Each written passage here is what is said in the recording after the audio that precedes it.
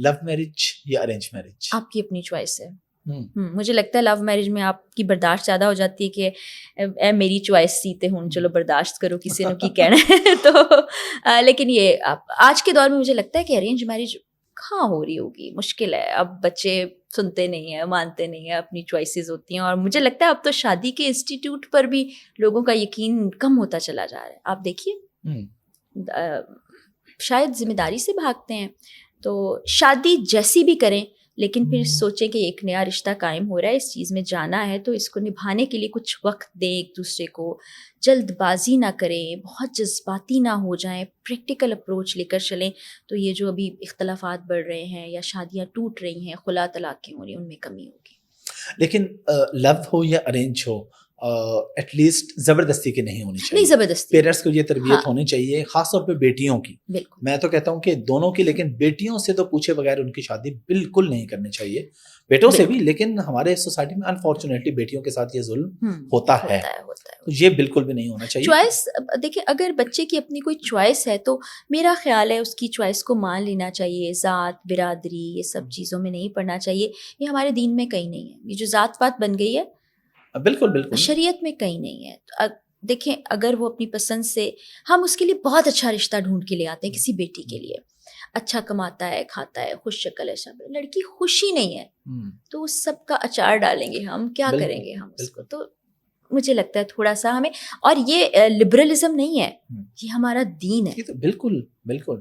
لوگوں کو لگتا ہے کہ شاید یہ ہم پتہ نہیں کیا ویسٹرنائز ہو رہے ہیں, نہیں, یہ ہمارے پیارے دین نے ہمیں سکھایا.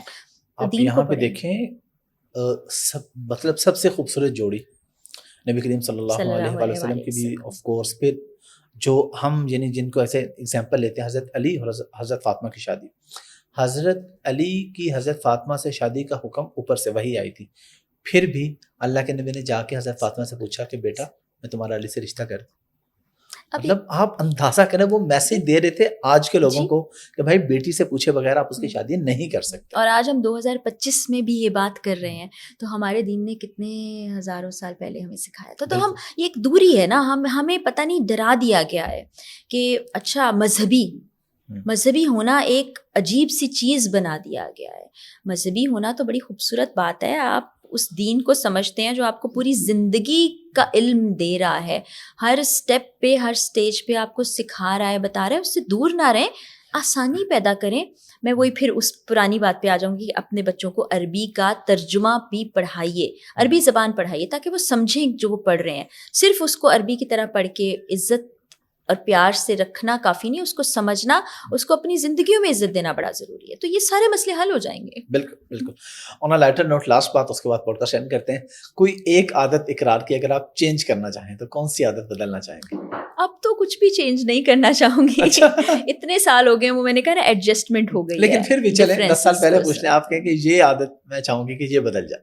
نہیں, مجھے لگتا ہے جو جیسا ہے وہ ویسے ہی اچھا ہے.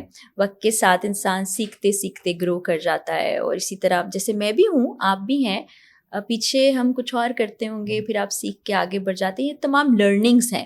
تو جب کسی کو آپ قبول کرتے ہیں اور اپناتے ہیں نا, تو اس کو اچھائیوں, برائیوں, خامیوں, خوبیوں کے ساتھ اپنائے.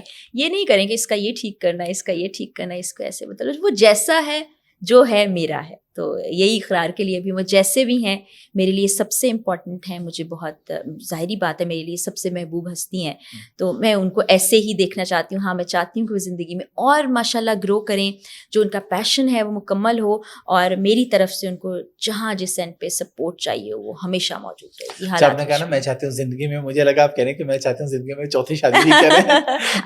اگر ان کی خواہش ہوگی اور وہ چاہیں گے تو میری طرف سے کوئی اس میں اعتراض یا کوئی رکاوٹ نہیں ہوگی. زبردست. اچھا اقرار بھائی کو اس حساب سے سنبھالنا آسان نہیں ہے کہ وہ صرف کالے کپڑے ہی پہنتے ہیں. اچھا نہیں, میں تو ان کے لیے اور رنگوں کے کپڑے منگوا کے رکھتی ہوں, اور گھر میں جو ٹی شرٹس ہے نا وہ کالی نہیں پہننے دیتی. اچھا گھر پہ نہیں پہن, لیکن یلو بھی ہے, ریڈ بھی ہے, وائٹ بھی ہے. میں انہیں کہتی ہوں کہ بھائی اب گھر میں ذرا کلرفل پہن لیں. اس کے پیچھے کنٹینیوٹی کا شاید کوئی وجہ تھی جو اقرار نے کالے کپڑے پہننے شروع کیے, کہ ایک شوٹ 4 دن چل رہا ہے یا 5 دن چل رہا ہے, ایک دن میں مکمل نہیں ہوتا نا. تو وہ انہوں نے کہا کہ یہ رنگ یاد نہیں رہتے, تو ایک پروگرام میں 4 کپڑے پہننے کی بجائے ایک رنگ کر لو. یہ میرے خیال ہے ریزن ہے. تو کچھ لوگ کہتے تھے کسی نے کہہ دیا, کسی پیر نے کہہ دیا ایسے پہن لو. نہیں, ایسا نہیں ہے. نہیں, پیروں کے تو وہ ویسے ہی بہت خلاف ہیں ان کو تو وہ. اچھا, مزاجن ویسے اقرار ایک سادہ انسان ہے, ان کو یہ نہیں ہوتا اس برانڈ کی یہ, جیسے میں برانڈ کانشیس نہیں ہوں, اقرار بھی نہیں ہے. کھانے کے معاملے میں اچھا کھانا تھڑے پہ بھی مل رہا ہو وہاں بیٹھ کے کھا لیں گے, کوئی چوائسیز نہیں ہے کہ یہ کرنا ہے وہ کرنا ہے. وہ ایک سادہ مزاج آدمی ہے. اور ویسے مشکل اس لحاظ سے کہ ان کا کام بہت مشکل ہے, اور جو لوگ ان کے ساتھ ہیں پھر ان کا سپورٹ سسٹم بننا ہوگا. جہاں سپورٹ سسٹم نہیں بنے گے تو پرابلمس شروع ہو جائیں گی. تو میرے لیے وہ ایسے ہی ہیں, اور آئندہ جیسے ہو جائیں گے یا پہلے جیسے, تو وہ میرے لیے بیسٹ ہیں. چلیں, thank you very much for your time. بڑا اچھا رہا, بڑی اچھی گپ شپ رہی. لاسٹ پہ میں چاہوں گا اگر آپ کو کوئی اور غزل یا کوئی نظم یاد ہے تو, خاص طور پہ جو آپ انقلابی آپ کہہ رہی ہیں کہ آپ کو اس طرح کے شعراء پسند ہے, تو کچھ بھی ایسا. وہ ہوتا ہی ہے نا کہ آپ کو بڑا کچھ یاد ہوتا ہے, جیسے ہی کہتے ہیں کہ سنائیے ایسا ہوتا ہے, بالکل آپ کو بھول جاتا. وہ ایک شعر ہے, اور وہ انقلابی بالکل نہیں ہے, تو پھر لوگ کہیں سے کہیں نتھی کر دیں گے, لیکن بہرحال یاد آ رہا ہے, دکھی شعر ہے. وہ مجھ سے پوچھ رہا تھا بتاؤ کیسا لگا, تم اگلے زخموں کو چھوڑو بتاؤ یہ گھاؤ کیسا لگا.